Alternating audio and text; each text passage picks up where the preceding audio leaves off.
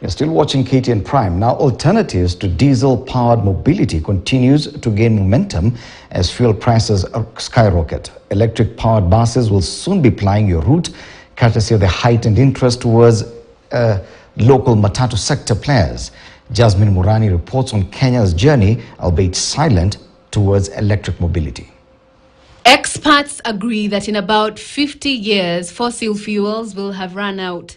That being the case, the developed world has been making a substantial shift towards electric-powered mobility. Here in Kenya, it is the fuel prices that seem to be slowly but surely shifting the tide. Today, diesel retails at 162 shillings, while super petrol goes for 177 shillings per litre. These unattainable prices could go up within 24 days. And while fuel prices have skyrocketed the world over, Kenya must make the jump from a fossil-powered economy to an electricity-reliant nation. We already have 2 buses in existence for the last 9 months. They've been operating in between major estates in Nairobi and the city center. One does the airport route and the other one does the Buruburu route. So with these 2 operators, we have been piloting these buses for the last 1 year now. Next month we'll do 1 year. And through that now, we are bringing, visibility will be more because we have now just brought in 15 electric buses and we'll be starting operations in the next few weeks. An electric bus can cover a distance of roughly 280 kilometers on a single charge. This, Kamunya explains, is about 10 trips for a bus plying the Nairobi-Waiyaki route. To charge the bus to full capacity will take an average of 4 hours. The charging stations will be located along the routes the buses will ply. The cost of running an electric bus in comparison to a diesel-powered bus is favorably low, according to George Githenji, a matatu owner managing a fleet of more than 30 buses.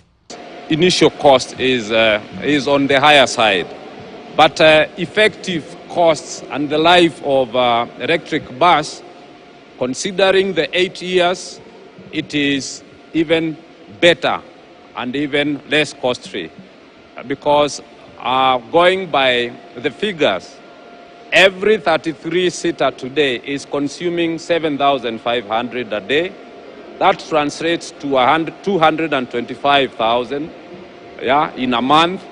In a year, it's around 1.8 million. So within the next 8 years, the same bus, diesel bus, will consume 21.6 million, meaning the electric bus is not expensive as compared to the diesel in the long run.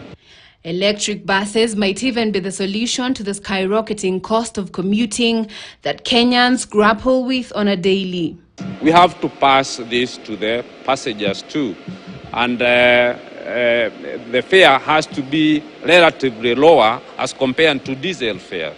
For investors, acquiring an electric bus will set you back a little more than what a diesel bus would cost.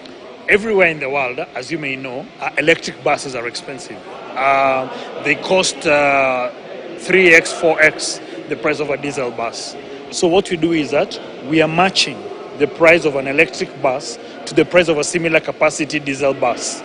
And we're selling the bus at 5.8 million shillings, yes. Stakeholders in the local transport sector are calling on the government to come in and partner with them as they inch closer to an electric-powered sector. Jasmine Murani for KTN News. And now to sports news. A former Togo, Arsenal and Man City striker Emmanuel Adebayor